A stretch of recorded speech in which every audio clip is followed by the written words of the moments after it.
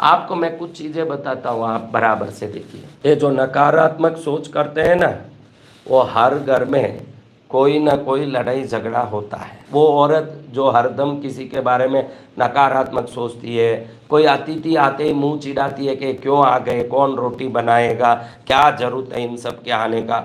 ऐसे लोगों के घर में आप देखिए उनकी सोच, वो जब अच्छे से दूध को गर्म करते हुए वहीं खड़े खड़े दूध को देख ही रहे हैं, वो वहीं देख रही है, ऐसा भी नहीं कि दूध के ऊपर से नजर निकल गया, उसके आंख के सामने पूरा दूध बाहर बन के गैस स्टोव भी बंद हो जाएगा।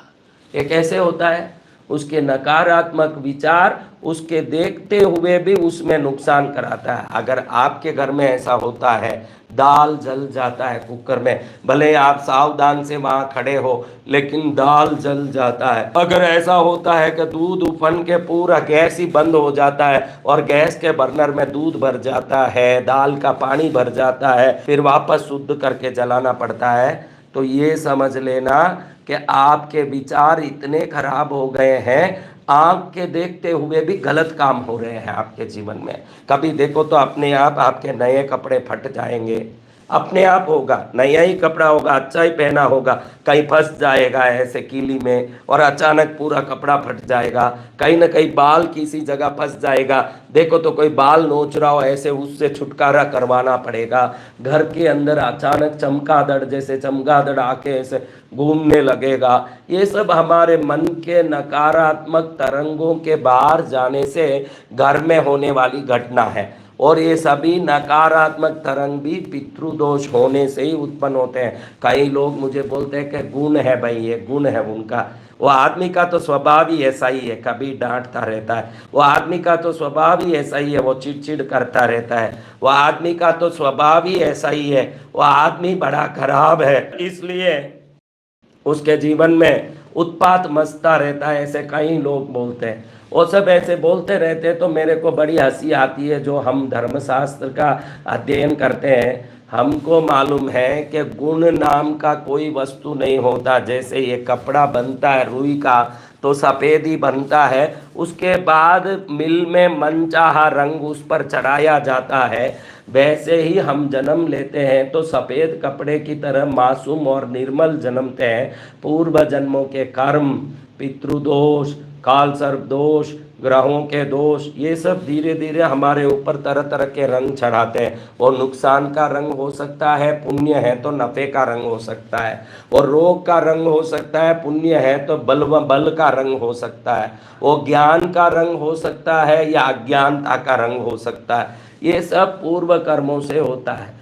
लेकिन वो आने वाली जो भी दोष है वो सीधा मन पर ही सीधा काम करती है, वो मन पर ही आके काम करती है। आज एक चीज आप अच्छे से ध्यान में रख लीजिए कि ये शास्त्रों में बताए वो लाखों तरह के दोष हैं, योग भी लाखों तरह के हैं। बुधादित्य योग है तो बुधादित्य दोष भी होता है, काल सर्प में योग भी होता है तो काल सर्प में दोष भी होता है, विदेश जाने का योग भी होता है तो कभी समुद्र लांग ही नहीं सके ऐसा दोष भी होता है। जो जो चीजें योग करती है वही चीजों का परिवर्तित हो जाने से, बदलने से, स्थान बदलने से वो दोष उत्पन्न करता है।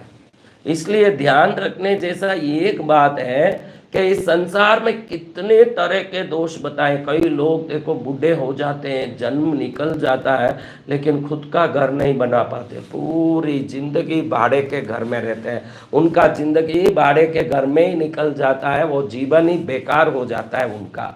उनका मन में ही रह जाता है कि मैं अपने खुद के घर में माथा टेकूं। अब हम लोग संत तो यही मानते हैं कि 6 फुट के खड्डे में सोना कहाँ रहे तो क्या, लेकिन संसारी को रहता कि मैं अपना एक खुद का घर बना के उसमें रहूँगा, उसमें एक घोंसले की पंछी की तरह मैं सुख शांति से रहूँगा। लेकिन कई लोगों को ये होता ही नहीं है।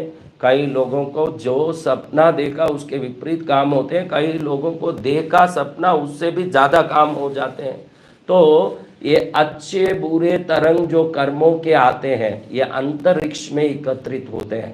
पहले तो पूर्व जन्म में आपने जो भी कर्म किए, आप जब शरीर छोड़ते हैं तो आपकी आत्मा वहां से निकल के दूसरा रूप लेने के लिए किसी पेट में घुसती है, लेकिन आपका किया हुआ कर्म अंतरिक्ष में घूमते रहते हैं, जैसे जैसे आप डाउनलोड करते हो तो वैसे वैसे गाने आपको हिट हो करके अंदर घुसते हैं गाने, वैसे समय पाप आके ये कर्म आपके मन में विचार के रूप में अंदर प्रवेश करते हैं। इसको मार देना चाहिए, इसकी हत्या कर देना चाहिए, इसका सम्मान करना चाहिए, इसकी तारीफ करनी चाहिए, ये सब विचार ही है। इसको गाली देना चाहिए, इससे झगड़ा करना चाहिए, ये सब विचार ही है। अब देखो जितने कर्म हम आगे बहुत बढ़ा रहे हैं, दूर कर्म और दुष्ट कर्म आगे कर रहे हैं, इतना पहले कभी नहीं था। एयरपोर्ट में कोई खड़ा हो, क्या पता पीछे से आए हुए व्यक्ति की फ्लाइट निकल रही हो शायद, इसलिए वो थोड़ा यूं वेट करके उसका फ्लाइट निकल रहा हो, लास्ट अनाउंसमेंट आ रहा हो, इसलिए लाइन में आपको ढाक के आगे निकल गया, तो उसके साथ इतना झगड़ा करते हैं, इतना झगड़ा करते हैं, मैं खड़ा हूँ दिख नहीं रहा क्या, तुम क्या हम अंधे हो क्या, ये कर रहे हो वो कर रहे हो। बेचारे का फ्लाइट ही निकल जाए जब तक वहाँ खड़े होके उससे लड़ते हैं, क्योंकि हम किसी भी व्यक्ति के परिस्थिति को समझने की कोशिश नहीं करते कि वो किस कारण ये किया होगा। बस मैं सोचता हूँ वो होना चाहिए, मैं जैसे सोच रहा हूँ दुनिया वैसे चलना चाहिए, जिस व्यक्ति के बारे में मैंने जैसे सोचा वो व्यक्ति मेरे साथ वैसे बर्ताव करना चाहिए, यही लोगों का सोच है। वो व्यक्ति वैसे ही काम करना जैसे मैं सोचा, ऐसा नहीं कि उसका क्या परिस्थिति होगा जिससे वो नहीं किया होगा, क्या परिस्थिति के कारण उसने मेरे साथ मेरे मन अनुरूप का बर्ताव नहीं किया होगा। जब ये हम सोचेंगे तो मालूम पड़ेगा कि उसकी भी कोई मजबूरी होगी जिसके कारण वो हमारे इच्छा अनुसार काम नहीं कर रहा है। तो हम दूसरों के मन को पढ़ने तो तैयार ही नहीं होते हैं, हमारे मन में जो चलता है उसको रकट के जोर जोर से परेशान करते हैं।